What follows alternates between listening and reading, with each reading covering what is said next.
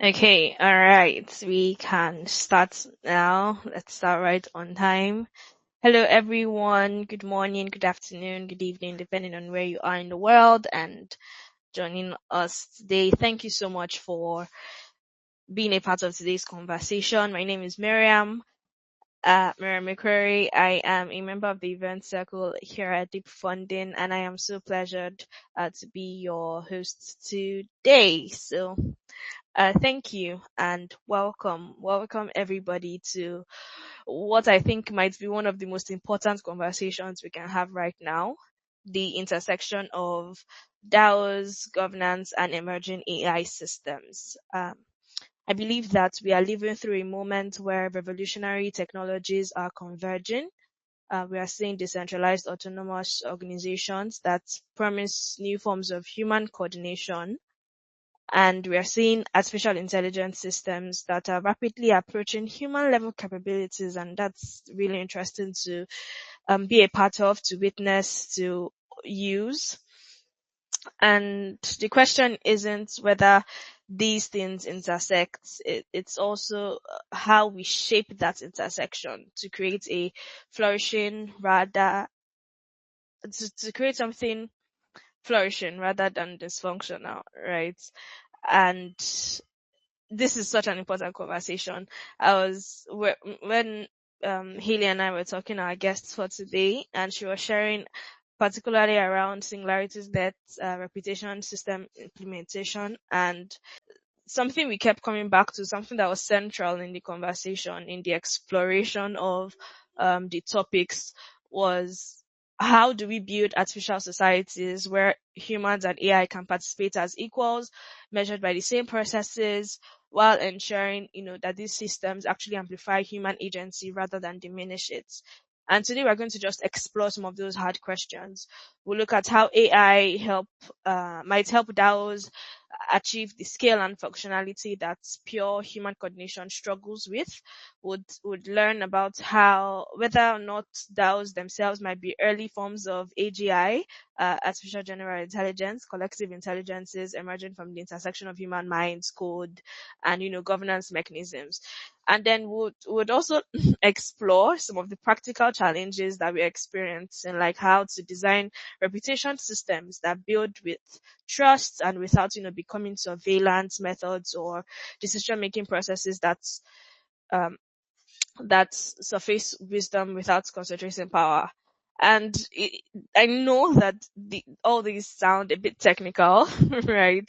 But these are important questions, and they're not just technical questions. They are questions about the kind of future that we are building and who gets to participate in it. It is about the now and it is about tomorrow. And today we have somebody absolutely incredible, absolutely brilliant. I, for one, can be quite like I'm probably being biased, but I think she's one of the most brilliant people that I have met and interacted with. And her name is Haley, right? She's an alignment and coordination officer at SingularityNet, and she helps the emergence of beneficial general intelligence through governance innovation, incentive design, and community alignment. She leads the SingularityNet's reputation projects, reimagining trust systems as tools for growth and relational flourishing, and co-leads the strategic direction at BGI Nexus, designing the BGI agents and frameworks for participatory AI development. And today we have Haley joining us here at Deep Funding. And conversation today is just centered around, like I said, DAOs and governance in decentralized AI. So Haley, thank you so much for being here with us today. I know that with the time zone difference is a lot of sacrifice for you.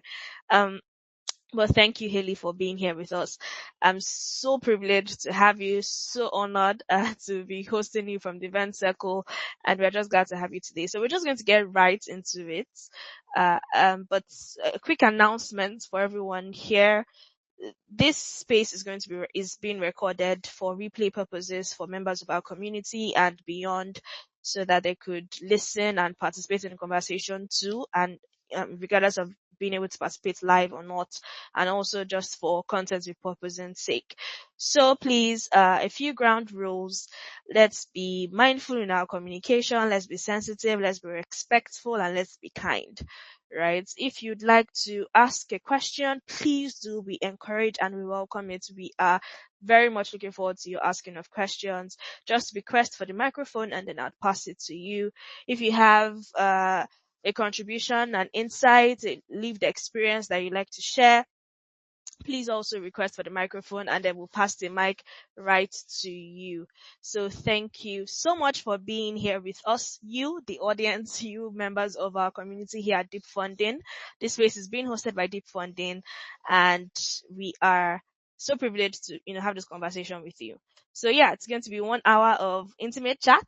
So sit tight and let's just get right into it. So Haley, first question that I have for you is this. What draws you to questions about decentralized governance? Is theoretical curiosity or is it theoretical curiosity or is it connected to something that you are working on? Thank you so much for that amazing introduction, Miriam. It's absolutely wonderful to be here today with this community, with these people. I see a number of names I recognize, so it's fantastic to be in this conversation. It's been great to talk with you as we prepare for this as well. And I'm so excited for this topic and to dive in and really talk about this technology and all these emerging technologies that are so important for all of our future and the future of humanity. So thank you very much.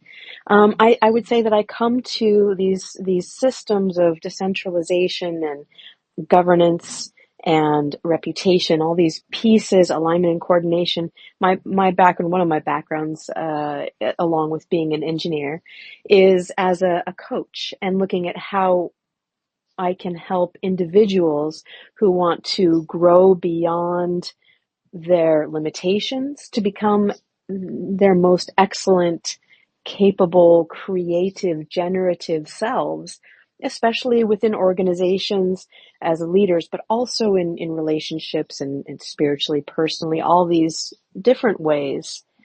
And from that, naturally, for me, the next step is doing this for organizations, for groups. How can we build systems of organization that build in the same mentorship and growth that I love to help see and promote in individuals?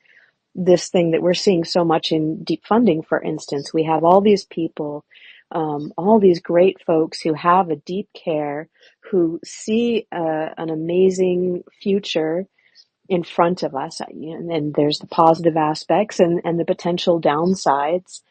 And everybody here has stepped up to take on new roles that they didn't know they could do or wanted to do, and stepped in to build something great together.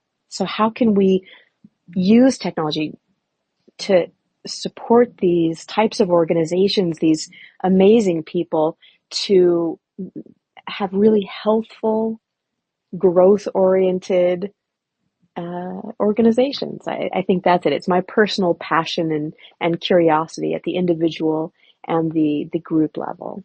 Okay, that's really beautiful to hear. And then thank you so much for sharing that. I agree so much. There's just so much beauty in the community that is contributing to what we see as decentralized AI today. And yeah, thank you so much, Haley, for sharing that as well. Uh, so yeah, okay, moving on. My next question is this: how can decentralized communities, and since we've talked about that a little, build reputation systems that support growth, creativity, and trust without slipping into surveillance, domination, or exclusion of new voices? Thanks. Yeah, this is such an important question. One of the pitfalls of building a reputation system is that it can be very easy for it to be used to rate membership. We've seen all the perverse incentives of the social media platforms. We get doom scrolling on these social media platforms because they're just trying to get more engagement, and they're, ranking your engagement and how well you're doing on their platform by how well you're contributing to their bottom line, their process, instead of looking at are they giving you content, showing you content that helps you connect more with the friends and family that you're there to connect with, right? That you're on this platform, or that the content is helping you grow and see new perspectives, and these outcomes aren't valued on these types of platforms, and so we want to look at what we're measuring and how we're measuring it, and can it lead to better ecosystems. So reputation should be relational, it should be developmental, and it should be something where reputation is a personal and an organizational feedback system where, if I'm participating in a DAO and I've committed to write a blog or host an X space or design complete reviews and deep funding or design an AI system that does X, did I fulfill that commitment, and did I do it well in a way that met the goals of the desire? And if I didn't, um, then that becomes feedback for me to understand and navigate and do better next time, because I want to have that reputation within the organization of somebody who's able to meet those outcomes, rather than I'm just penalized and, I feel discouraged and I go somewhere else, or, or becoming a game where I'm just trying to get more tokens or more reputation, to have a higher score. It's like really becomes this feedback system for growth, instead of being an organization looking and judging how you're doing. It becomes a tool where an individual or a group, a marketing circle, or some other group within an organization, or the organization itself, can understand its reputation and aspire to do better, become more aligned and more creative, rather than currently our reputation system is largely based on money, right? If you earned a lot of money as a corporation or an individual, then you're on the right track, and the game is earn more money. And for many people, in corporations, this becomes by hook or crook, more money instead of reputation, instead of value, instead of measuring the value I provided in the world. So I think that by valuing value, by valuing generativeness, by valuing flourishing, and sort of measuring this transparently, we can build systems that do more of that, and encourage people that are doing more of that. Hmm. And it's very interesting that you shared that, Haley, and thank you for sharing that. I think that's really the reputation challenge is something that many people can say they're currently wrestling with. There's this temptation to always optimize for measurable metrics, like you've said. But the moment you do that, like you've also shared, you risk creating exactly the kind of reputation aristocracy that kills innovation. And I found that sometimes the best ideas also come from edges, from people who haven't yet earned their place in that traditional sense in the ecosystem. So yeah, thank you so much, Haley, for sharing that. Okay, so moving on to our next question. I do hope we are learning a thing or two, you dear listeners. Like I said, if you'd like to contribute or ask a question, please request for the microphone and I'll pass it right to you, and we can all learn together. This is a safe, welcoming space. Okay, Haley, so next question then is this: as AI systems become more capable, because we're seeing that happening, right? How can we augment decentralized systems, and even perhaps how can we participate as members of decentralized organizations, not just as tools or set pieces, but also as agents within governance? This is, thank you, such an important theme and such an important topic. I think that, we're seeing a lot of more activity around decentralized organizations. Humanity has done this forever, for the last 10,000 years that we have any record of, and these decentralized organizations have always popped up and explored what they could, but there's also been limitations. Decision making, scalability of a collection of humans has been limited. So the rise of AI systems, I think, can help augment these decentralized organizations in really important ways that solve challenges that have been there forever. I think we already can see how AI systems are great at bringing together masses of data and information and sort of building sense or distilling them. And we see this with, you can feed the entire internet to an LLM and suddenly it can tell you what humanity thinks about a celebrity or a topic, right? Uh, Depending on how it's fine tuned and all that. But it can distill all this wisdom and knowledge surprisingly well.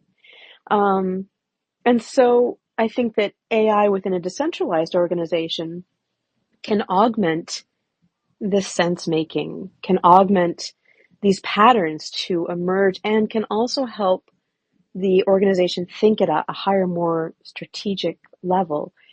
What is governance? I struggle with this question all the time. I think it's an important question. And how do we get from, we talk about, oh, we'll have a decentralized organization and part of its role will be governance of BGI. This is one of the missions of the BGI Nexus. But what does that even mean? And in blockchain, we can get down to the nitty gritty of, oh, well, this allows us to find standardized ways of making proposals and getting the community to vote on proposals, and one token, one vote, or not one token, one vote, or reputation tokens for voting, or, however we want to do that. But these proposals, we don't have good systems yet for helping these proposals, these ideas, these smaller votes and decisions bubble up into an overall strategy for the organization that's cohesive and coherent across, areas.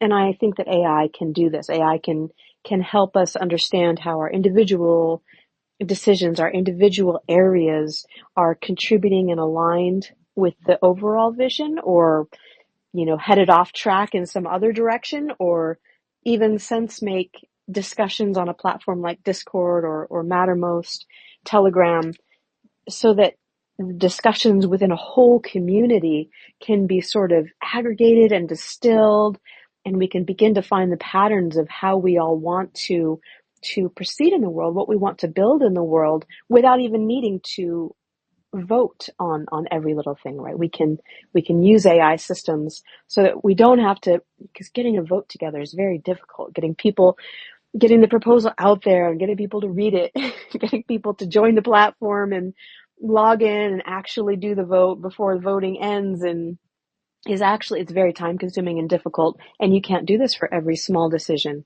And so using AI to understand what an organization wants to do and what the membership is working towards, and how how their values are aligning toward a vision. I think it's a powerful way of making DAOs run more effortlessly. It becomes a glue and a grease. It holds the organization together to a vision, and it helps the organization function more smoothly, less friction, and more aligned with where it wants to go. So, and I think that the second part of your question, how do we have AI that even participate in the DAOs as members, not just the tools that sense make for us, but if you have different AI systems, I mean, even within different parts of the organization, you've got an AI sense maker in the marketing team, and an AI sense maker in the review team, and an AI sense maker, in the funding team. And even if these different components are using different AI systems, now suddenly you can have, these AI systems, the way that they sense make become an important part of how the organization functions. And they themselves can have a reputation. Oh, we tried one in the marketing circle and it wasn't that good. It didn't really sense make well. It had too much political agenda, or I don't know what, too much hallucination. And so we give that AI a lower reputation, and we try a tool that perhaps is used elsewhere in the organization, or a different tool altogether. And now suddenly the AI systems that are supporting the organization begin to interact and operate in a way where they're members, they have a reputation, they have a contribution, their contribution is recognized and valued. And I think that's a really interesting direction to go as AI systems get more intelligent and head towards an AGI or proto-intelligence. That's really fascinating, Haley. Thank you so much for sharing that in that way. When I was, preparing for this conversation, I was at the point thinking about, the distinction between tool and member. And is it getting blurry? These were just the thoughts going on in my head. And I remember just laying on the couch and I was just thinking that, well, if an AI system is contributing meaningfully to a governance decision, if it's learning from community feedback, if it's adapting its behavior based on collective input, I was just thinking to myself, so then at what point does it stop being a great sophisticated tool and starts becoming a participant? And that's why I'm really fascinated by your response and the experience you shared, of the AI system that was used in marketing circle and all of these things. And in a way, I'm very excited about the possibilities, but also I don't know how to, excitement with caution. And I'm just hoping that as we go, the AI systems are not just the only things evolving, and not the only things, and not the only members, learning as well. That we also, as the actual participants of governance decisions, of systems, of reputation, structures, we are also able to take in feedback, contribute to a collective input as well, grow as well, evolve as well, become intelligent, to more capable, to so that there is still going to be a fine line between what an AI tool is and what an actual DAO member is. So yeah, thank you so much, Haley, for And sharing. I think that that's a Yeah. super critical juncture point there too. I mean, if I'm using, ChatGPT to generate the policy document for my DAO, ChatGPT, GPT-05 has become, as you say, has become a contributor to the organization itself in a way, because it's different than the policy document that Claude or Llama might generate, right? So if that's not acknowledged or seen, then it becomes sort of an invisible, influence that isn't necessarily being taken into account. We're bringing this visible and giving it a reputation. Reputation becomes a feedback as well for these AI systems, right? If its reputation is low within the organization, then we're not telling it bad AI. We're just saying you're not doing the thing that's in alignment with our goals, and the AI system could potentially, hopefully, ideally take that feedback just like anybody can, and grow or change or adapt and become more aligned with the organization itself. Yes, 100%. I totally agree. And yeah, really fascinating conversation so far. So yeah, thank you, Haley. Again, guys, if you'd like to contribute in some way, ask a question, share an insight, or leave the experience, please just request for the microphone. We encourage your participation. We look forward to it. We pray for it. We crave it. We hope for it. So just please request the microphone and I'll pass to you. But while we wait for your participation, Haley, next question is a very hard problem, right? And one of the hardest problems we've experienced is scaling decentralized coordination. So the question is this: how might emerging AI systems help DAOs achieve the kind of scale and adaptability that human-only systems struggle with today? Yeah, and again, I think it's important.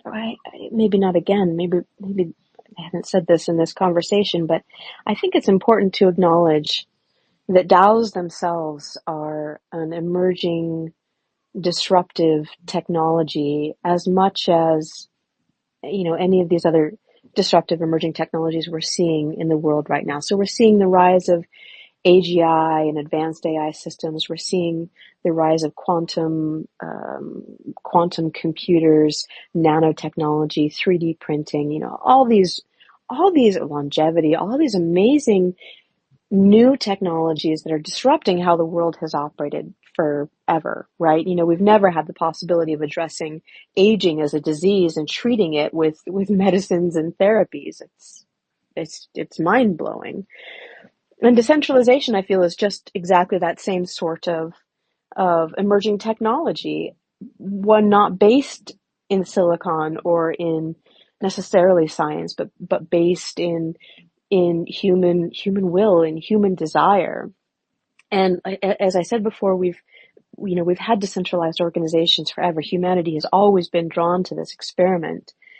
And now with the advent of blockchain technologies, AI, cryptocurrencies, these technologies are enabling a different kind of DAO. Smart contracts are enabling a different kind of DAO than has ever been possible before. And we're very much innovating the human side of this, the organizational side of this, while we're experimenting with how these technologies can address the long held issues of any organization. If you look at a centralized company or organization, but a company is a good example, it's generally sort of held together by the vision of its CEO and its leadership team.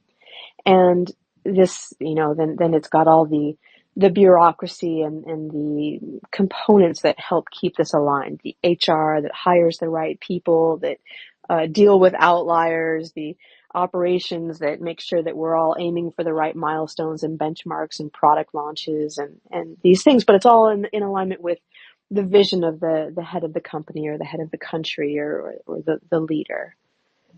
And now when we're looking at a decentralized organization, if it's small, a small group of people, relatively small group of people, can hold a shared vision and work towards it. And we see this in startups doing amazing things all the time. But when you reach a certain scale, if you don't have that central kind of figurehead, it becomes harder for all branches to align and coordinate toward a single shared vision.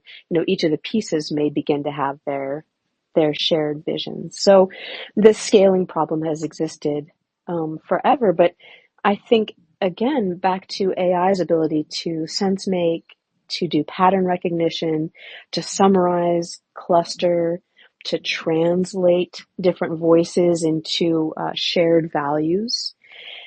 I think that all of these technologies begin to help disparate pieces of a large organization share a common narrative, share a common memory. This is what reputation is, a shared memory. How did this AI system or this person perform at their offered activity previously? If they were going to design an image or a video that explains a new product, and it got this sort of this rating, this feedback, this engagement, this reputation, then this becomes a shared memory of what this designer is kind of currently their creative output is and how aligned it is with what we're looking for with the organization. And this starts to make things boil up from the small arms of an organization to the organization at large without needing to have that central figurehead designing central policy, but instead we're all aggregating our efforts, not just to be individually productive, but to be contributing effectively to a strategy, to a long-term vision that helps us realize the mission of this organization. So that's how I see AI as being a massive component of why DAOs are beginning to be able to enter this new era of experimentation and flourishing and global growth that I find really exciting. No, thank you so much, Haley. That sounds really exciting as well, and I agree. And my thoughts really are, if we can, as you said, create AI systems that can help us surface patterns, translate between different perspectives. You mentioned those little corners of the organization, and maintain institutional memory of sort across thousands of participants and thousands of members. We might finally unlock coordination at the scale that is needed for those global challenges you've also hinted at. So thank you so much, Haley, for sharing that. Moving on, then we are halfway through the space, guys. But moving on, Haley, my next question is this: many DAOs rely on token-based voting. We know this, but what other models of decision making could help communities surface wisdom, foster inclusivity, and avoid concentrating power in the hands of a few? Because this is a problem that many people have with decentralized AI and reputation systems and DAOs. At the end of the day, it almost seems as though very few people uh, sit on the throne, hold the power, say, make the rules, right? So beyond token-based systems, what other models of decision making can help communities really surface wisdom and foster inclusivity? Thank you so much. Yes. So again, I find that role-based decision making and reputation systems can really go hand in hand to build this. One of the goals of the reputation system within SingularityNet, we have near term goals of helping revise the voting system from one token, one vote into something more inclusive of individual contributions. If you're part of the ambassadors, if you're part of the deep funding circles, if you're a winner of a deep funding project, that's a massive contribution, and you've completed milestones and completed projects and launched an AI in the marketplace, that's a massive contribution to SingularityNet that should be recognized as much as somebody who's rich enough to buy a lot of tokens, right? So this becomes an important component of, I think, DAO decision making, is that when you are a contributor, if you are this designer who built this video on a product launch, and you're recognized for this effort and how it contributed, then you gain, you through the reputation system, you gain a reputation for your creativity and your meeting this agreement, this offer you made to build something, and the value you created through engagement and education. And this becomes part of your reputation within the design community of this organization. And as you continue to design and build and show the value and your alignment with the strategic goals and the strategic mission of educating and publicizing products and other components of like a SingularityNet DAO, you gain reputation, but you also gain, I feel you should gain authority. You get to the spot where after you've gained some seniority within this area with active and ongoing participation, and then you have some authority perhaps to dispense some budget, instead of just designing a video that somebody else requested, you have the ability to suggest, I think we should make these 3 videos next, and they should be paid this much. And now suddenly we don't need to do a vote on those. We can have AI systems which help ensure that those projects are aligned with the goals of this circle or this department, this part of the organization. We can have that AI understand if these are the priorities, and if these are appropriate budgeting amounts, and if you have appropriate reputation to be suggesting these or making these decisions. And then suddenly we can more effortlessly begin building things that build value within the organization. And we don't need to necessarily resort to voting. Or for things that are more important, like maybe we want to ask the whole marketing circle, what should the strategic priorities for this area, this circle be? And you can have a vote that takes into account token holding and reputation within this area, and all these other components. And so you've got some weighting that helps understand the priorities of the people that have contributed, that hold this in a lot of value, and that are actively engaged in this area. So I think that these things can help us move beyond token-based voting and can still be hooked up to smart contracts for decision making, and enabling this scaling without having to resort to votes for everything. We also have alternative models like the ambassadors use a lot of like deliberation first models, right? Instead of going to votes or having individual autonomy, we come together as a group and we agree on a direction or tasks or ideas or budget.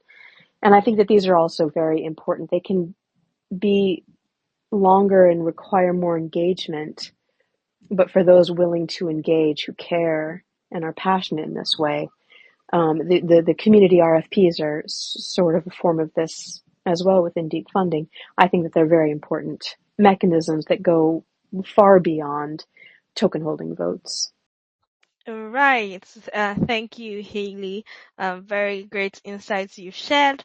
Okay, Abdul Rama, your hand is raised. Please go ahead and ask your question or share your contribution.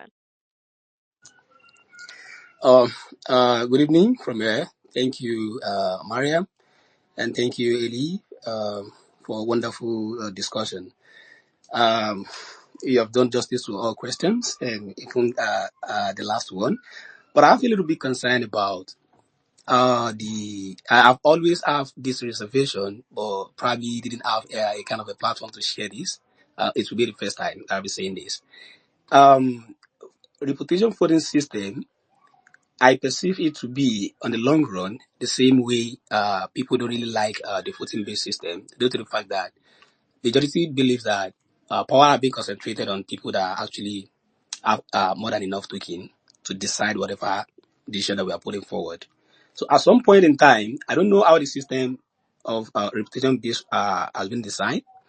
Probably more things can be shared from you.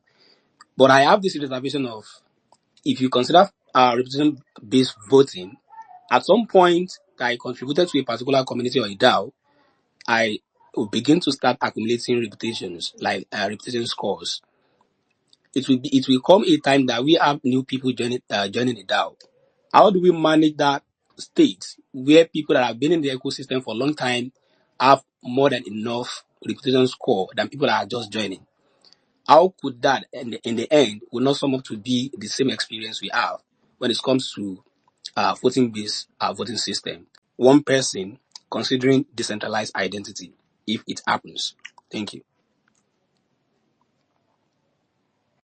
Okay, Haley, did you get all that? Yeah, I think I got a lot of that, and let me know if I missed anything, and I'm more than happy to go back.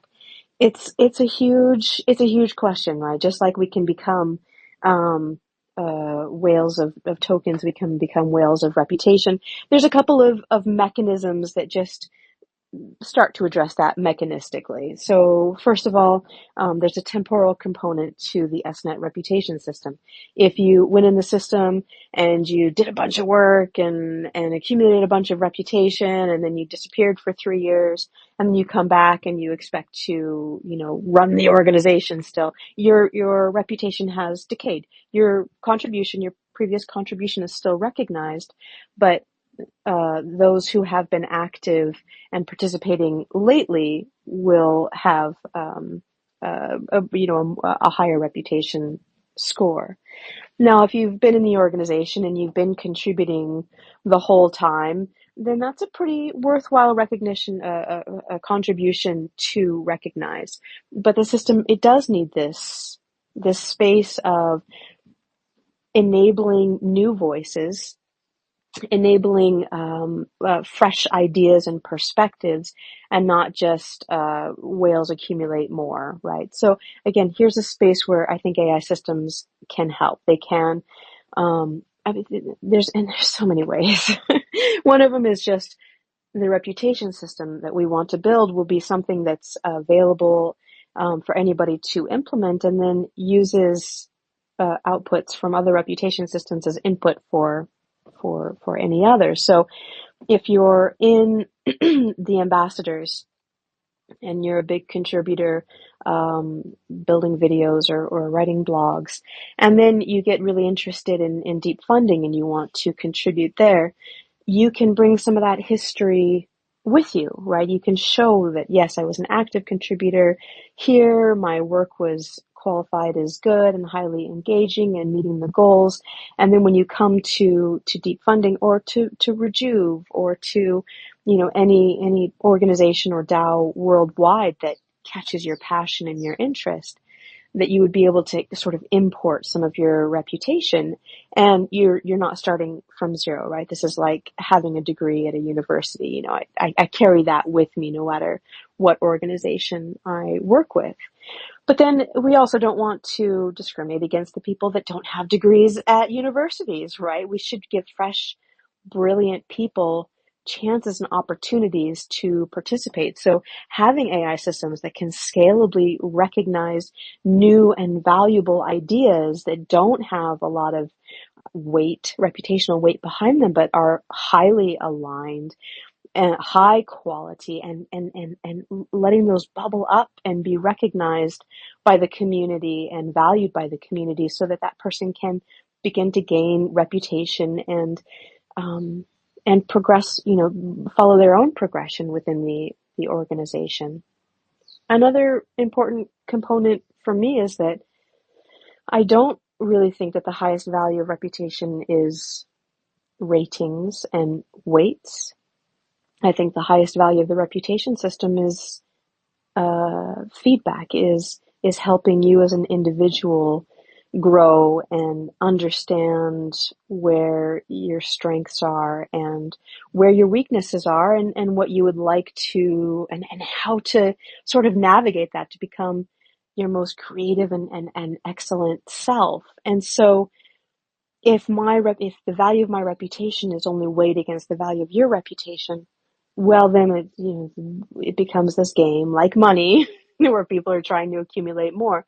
If the value of the reputation can be shifted so that it's like, I want to grow my reputation by doing better because I want to grow and do better. If it becomes this personal feedback system or organizational feedback system, like, oh my gosh, you guys, as an organization, our reputation for product launches is dismal.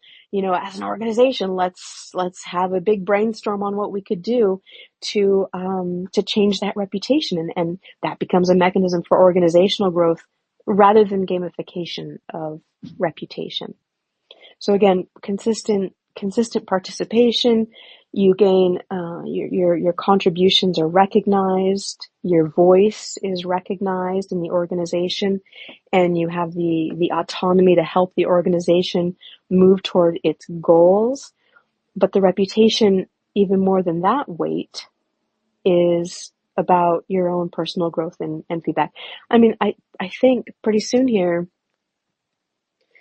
with AI systems, what they are, the nature of work is going to change entirely. And I think that we'll no longer be able to rely on, there's going to be massive disruptions, and I don't know what's going to happen, and it's something that needs to be addressed on a global level. But somewhere on the other side of that, you won't be writing blogs because humans have to write blogs to make money, because AIs will be better at that than we are, or AGIs, or whatever it takes. And so we'll be writing blogs because we want to, and we're curious about expanding what kind of writer we are, and we want to explore this idea that we're writing a blog about, right? Like, if you look at knitting today, knitting yarn into sweaters or socks, there's no need for it. There's massive factories that are producing all the knitwear we could ever need, and it's perfect, and, every design and anything. But there are still people knitting because they like knitting. They're curious. They want to create. They want to explore the stitches and the patterns. And I think this is what work will become, and we should aim at. And at that point, your reputation isn't about how much money will the organization give you to write a blog. Instead, reputation becomes about, how can I knit this thing better, or what's the next thing that I want to knit, to write, to video, to music, just because I want to create and I want to up my game and I want to do something bigger in the world. And I hope that the reputation systems that we build, the decentralized organizations that we're building, can help bridge that from where we are now, where we're working for money, to the spot where we're creating for curiosity and for passion. So I hope that answers some of your question. If there's pieces I didn't answer, please say them again. Well, thank you so much, Haley, for sharing that. And Judith, your hand was raised. Please go ahead. Yes, hello Haley. So good to hear you, not see you, but hear you here. I haven't joined the next space in ages, but when I saw Haley's on, I'm like, I'm joining. She is such a beautiful, inspiring woman, and I was so lucky to meet her at BGI in Panama. She's always smiling, and I just love her energy. Haley, I'm so happy to hear you. I have two questions. One is, you are leading the SingularityNet reputation program. Could you tell us more about the program? Who's involved? How are you making decisions in there? Is that a program that other people can get involved? I haven't heard of it at all, so please tell us more. Yeah, absolutely. I'd be happy to. So the program really builds out of SingularityNet's reputation research back at the beginning of the project. So if you go back to Medium in 2017 and 2018, the SingularityNet Medium, you'll see a bunch of reputation research blogs. If you search for SingularityNet reputation, you'll probably find them even easier than searching Medium. But Anton Kolonen, Ben, of course, Nate Schneider, Deb Duong, we're all looking at, since we're building a marketplace, there needs to be some sort of a reputational system so that people can understand the probable quality of the AI that they're looking to use. Sort of the Amazon marketplace, right?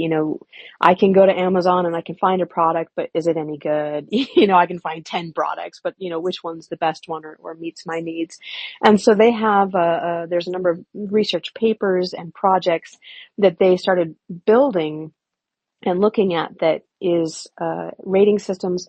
And it's, like I said, it's for how do we build a reputation system that works for an AI marketplace and an artificial society, like SingularityNet's decentralized aspirations.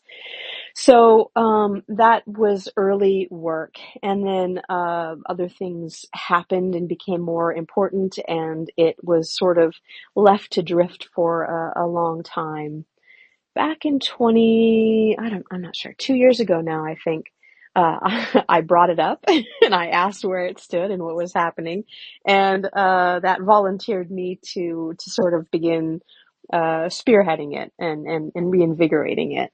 And with all the different changes that have happened within the organization, joining the ASI Alliance and a number of different things, it's sort of been a background area where there's been a lot of thinking, generative ideas, and studying the state of reputation type systems in DAOs, in blockchain, outside of blockchain, in marketplaces, and synthesizing this really grand vision of what reputation systems can be, building on the original ideas and the mathematical algorithms developed, but building a broader vision of how it could be built and implemented. It's recently taken more steam. Deep funding, of course, has been a massive innovator with reputation systems. I've had just tons of conversations with Fotrek, with Kenrick and Joanna about them, and helped, I don't know, guide's the wrong word, but helped co-evolve ideas together on the deep fund reputation ideation, the community RFP. And then, of course, those ideas also fed, SNet's own ideals. And so a lot of what Reputo is building right now came out of those conversations, came out of those ideas, and will be co-building with that system and other iterations, future iterations of Deep, the reputation system, as well as we're looking at how we can, in the shorter term, implement some contribution recognition within our voting system so that when we have future votes, when we look to community council or some of the SNet decentralization plans, which are in the works, Esther is working so hard on them, but there's things happening, that we can have our own reputation and contribution aspects to voting. So currently, I'm working on it, and we have Nate Snyder, who has worked for SingularityNet and SFI. He's a brilliant quant, I believe, mathematical person. He worked on the original system with Antonin, and so he's rejoined to sort of architect this grander vision. And then we're working closely with Deep Funding, Rojo, and Reputo. We're working closely with Esther and the decentralization efforts and BGI Nexus, and working with our own development teams, the blockchain team, the voting portal team, and all these pieces to build this next phase. But we're looking to expand this out as soon as we've got this first system kind of established. We're looking to build this out and build with the community. So yes, we're absolutely looking for people who are interested, people who want to participate, people who want to ideate, and we're currently gathering the materials and the ideas in a way that we can begin to have these discussions with the community, because there's just no point for us to design reputation in a vacuum because we think it should work this way. It needs to be in conversation. Amazing. So a lot of brilliant minds working on it. I love it. The second questions I had was, you mentioned that a reputation score should include the value that someone brings to the ecosystem, right? Do you think that is something that can be faked or scammed easily? If I deliver a project and I say it's valuable, and then I get a bunch of my friends to vote for my project to also say it's valuable, but really, let's say I delivered low value. Is that how would you combat that? Can that be combated, or can that be avoided?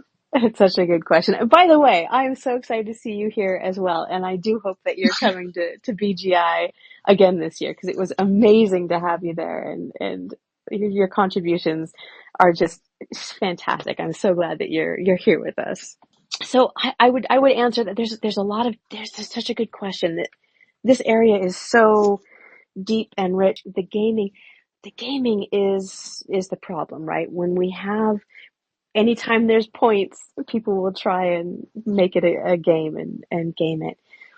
So there's a couple of very mechanical areas that we have in our reputation research. You can read in the algorithms that help to work with this. So first of all, there's the temporal decay. If you're not active, after a while, your reputation begins to decay in value relative to those who are currently active. And then there's a really foundational aspect of the liquid nature of reputation. And this is based in part off of the Google SEO work, the Google SEO development, where if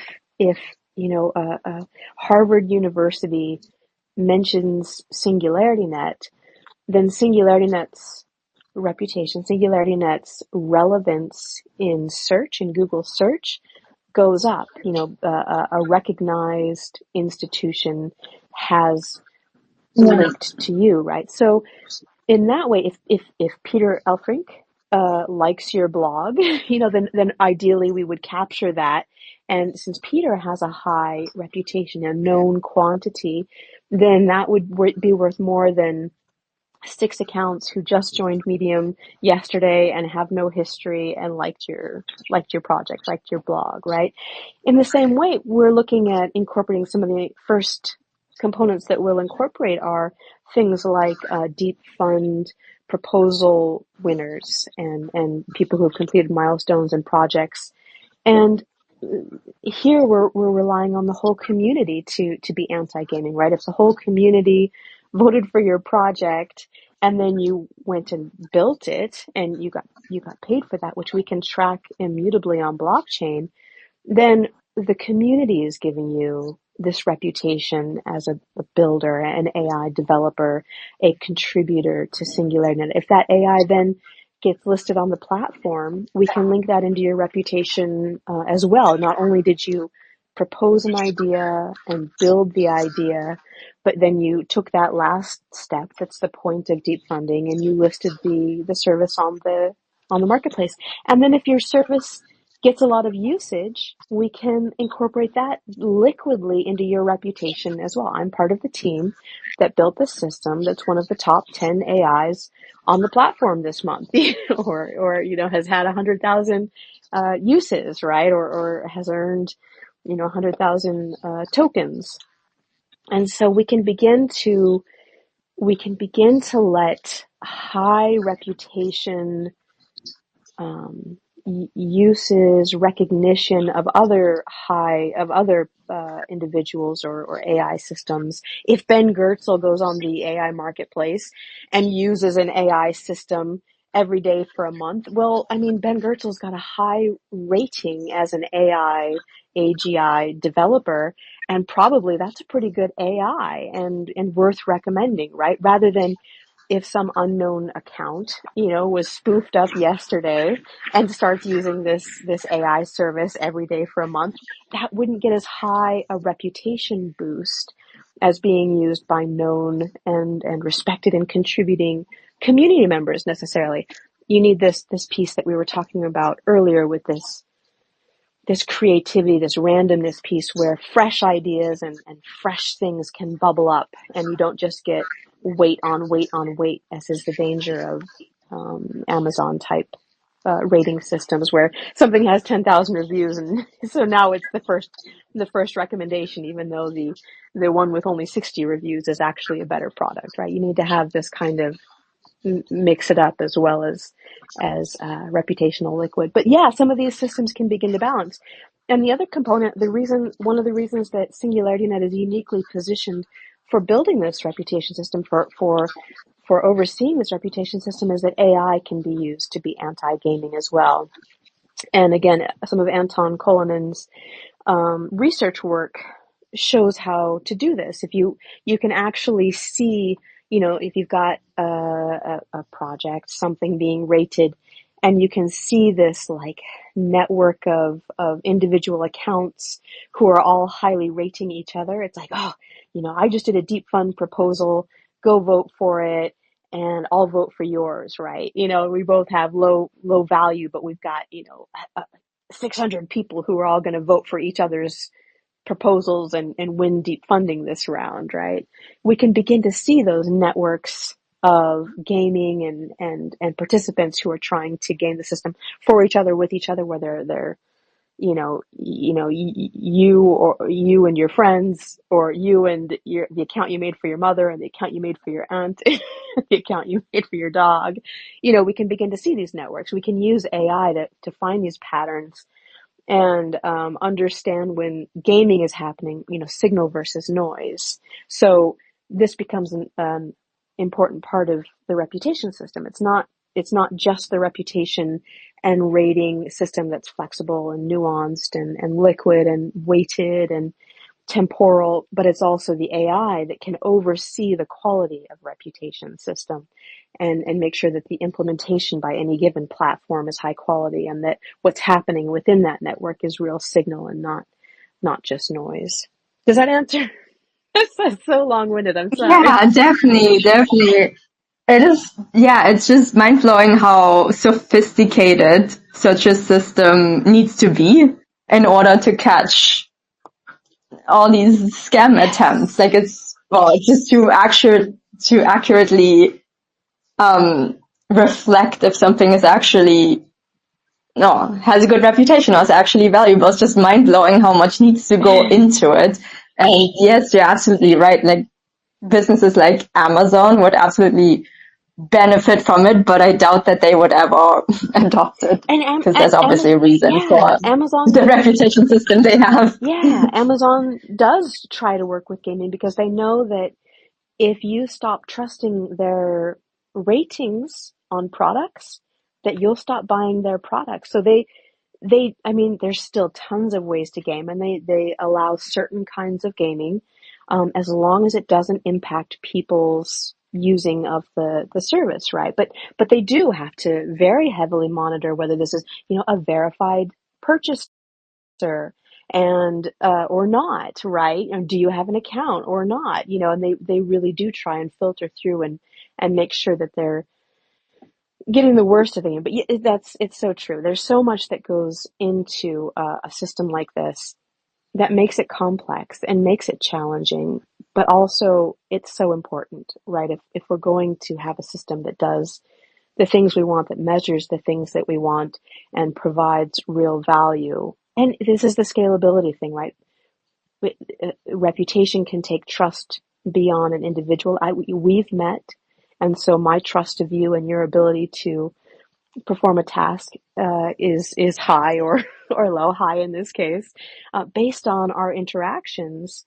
But if we want to scale to a decentralized organization of 100,000, 200,000, 500,000, we need to have systems in place that enable that kind of reliance and trust without having to also rely on just the personal relationships. Thank you so much. Haley, I'm gonna let you go because we're on top of the hour. I have so many more questions, but I hope I see you in Turkey. It's gonna be a very last minute decision for me because I have 3 events in a row just before that. So I'm gonna have to decide on the day how burnt out I am and if I can take another trip. But I do hope I see you there. I do hope I I hope make so it. as well. Thank you. Thank you so Alrighty. much for being here. And thank you, Judith. Thank you, Haley. Yeah, we are basically out of time, and I hope that you've learned a thing or two from, you know, uh, Haley's responses and to Judith's really important and brilliant questions. Abdurrahman, your hand was up. Let's see if we could quickly take you so we could let Haley go. Please go ahead and share.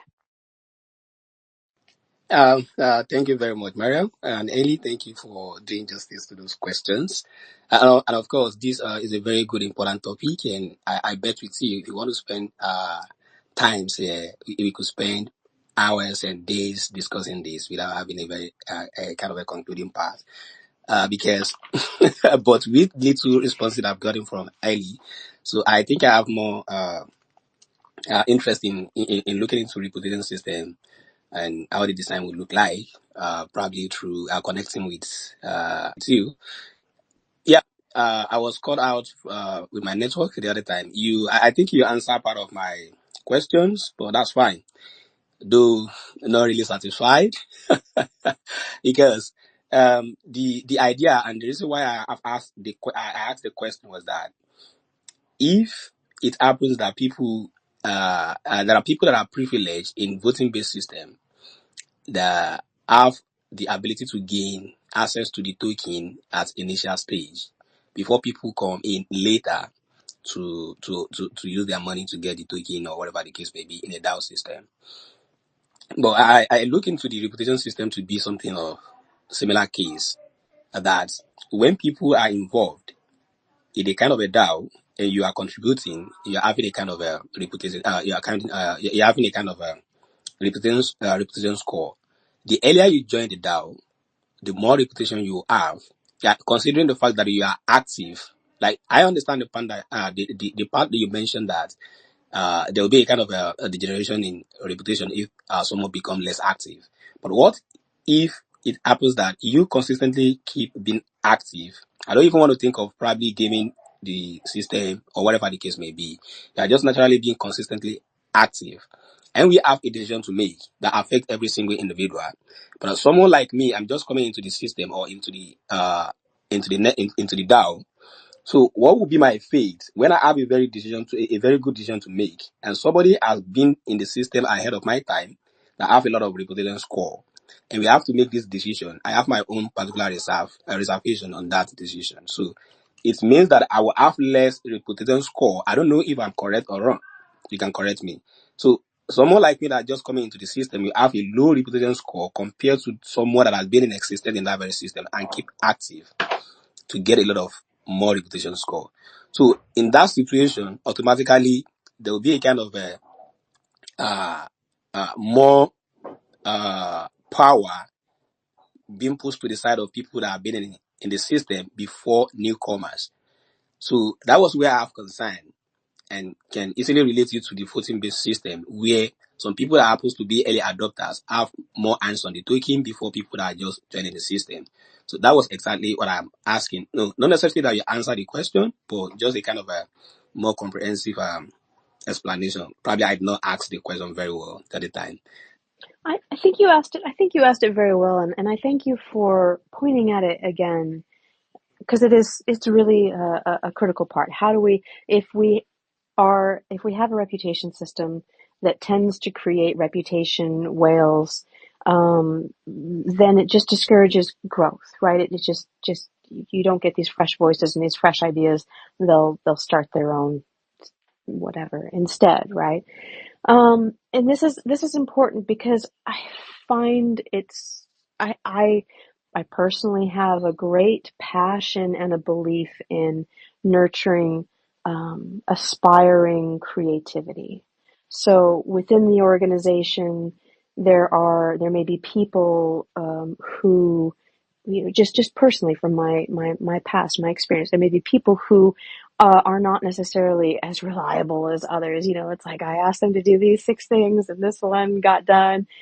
And the next week they got 10 things done. You know, it was great, but I can't always count on that. It makes it hard. But there's a creativity and a care there that's worth nurturing and helping elevate that reliability, that component, so that we can work better together, right? And I feel strongly about nurturing that. I feel strongly about nurturing people who, you know, perhaps this is the first time you're designing a video, a blog, or you're early on, and your work isn't as polished, but there's a spark, there's a creativity there that can be massively contributive. And how do we recognize and value that, and not just go to the same old designer to do the same old video, you know, just because, you know, it's a known quantity. And so this freshness, this giving everybody this opportunity and this chance is incredibly important. And there's no perfect solution for that. The temporal decay is important, I think. I think for me, one of the components that's really important is that I feel reputation should be around looking at your contribution, right? So if you joined early and you did a bunch of videos and they were great, you earned a bunch of reputation, and then you kind of just like, well, I want to keep that reputation around, but I'm going to go over here to this other ecosystem and pay attention over there. But I'll kind of do, you know, a little short once a month so that I don't lose my reputation. That short is great, but it's not as big a contribution as somebody who just came in and they started creating big things with higher strategic value and greater education. Maybe even not as polished, but like it doesn't have to be polished to really reach out and touch people, right? So the contribution that you make isn't just about spending time or some minimal amount of time. That's just a form of gaming, right? It's about how much you contributed. If I'm participating in an open source project and I'm sort of, you know, making these little tiny commits all over the place, but somebody else is building, you know, a whole new arm, you know, that contribution is worth recognizing and valuing very highly. So you could get reputational whales, it's true, but only if they are committed constantly contributing, actively creating materials that are of high value and high alignment. And I think that that should be rewarded. And we have a strong, again, reputation as memory, as organizational memory. We have a solid memory of this person's contributions from long ago and from recently, and they're all highly valuable, aligned, strategically useful. And now we have a new joiner, and we need these systems that give this new joiner an opportunity to shine and to grow and not to be glossed over by this long time individual. And yet at the same time, we don't have an organizational memory of them yet. And so there needs to be time to build that, right? And again, this can be transferred from other organizations. I was a creator over here in this DAO, and I did all this great work, and now I'm interested in your DAO because, something with it in it speaks to me, and I can bring some of that reputation. I'm not starting from zero. But if you are starting from zero, it does take time to build trust. The other thing is that trust isn't finite. Reputation isn't finite like tokens are necessarily, right? So in tokens, you can only buy 1 million if somebody sells 1 million, right? That's the only way to do it, or 100. Reputation, we can all, if we all are really achieving our potentials, we're generative, we're building flourishing systems, our creativity is just on fire, and we feel like we want to build this new thing that's really cool. We can just go ahead and do that. More people joining just means that there's more reputation in the system, rather than somebody has to lose reputation for somebody else to gain it. We just grow as an organization, and that's a positive sign. So I think that both seeing this as, this is an organizational memory, and it takes a while for an organization to understand, to build a history of an individual, and things like the liquid nature and the creativity aspect and transferability can help with that. And then otherwise, it's that continuous contribution that just builds a reputation for yourself within an organization, and it's not finite, right? You can build it, and they can build it, and I don't have to tear you down to get more reputation available for me. So I think all those things can start to come together to help both foster new talent and new ideas, and continue to recognize the long-term contributors. Okay. Thank you so much, Abdul, for asking, and thank you so much, Haley, for covering so far all of what you've covered. We've covered a lot of ground today, and I don't think it would be fair to ask you any more questions because we're already 15 minutes post time. But thank you so much, Haley, and thank you everyone for participating thus far.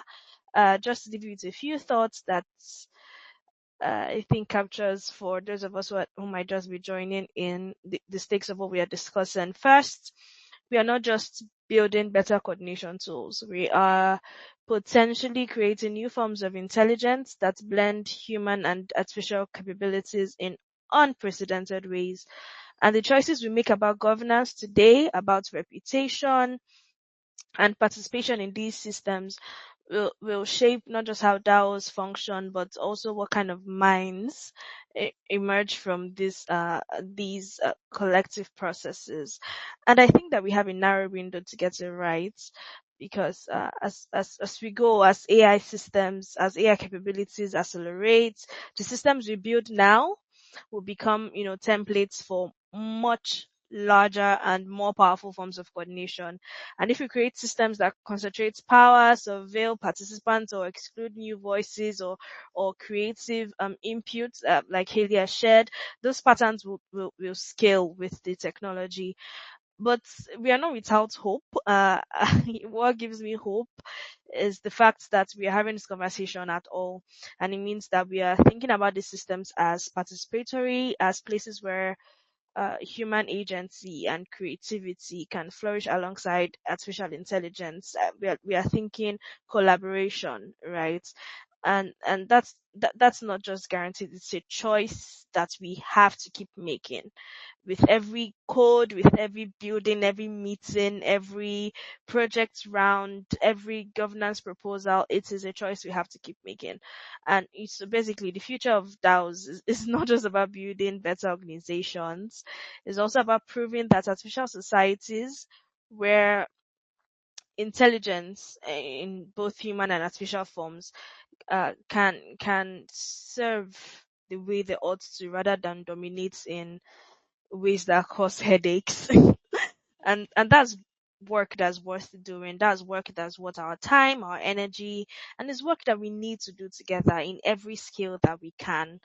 We are all contributors in any way. It doesn't have to be as polished or as sophisticated. If you just think about your role in the big ecosystem and see your role as important and provide the value that you know you can provide. And so, yeah, thank you everyone for joining us today.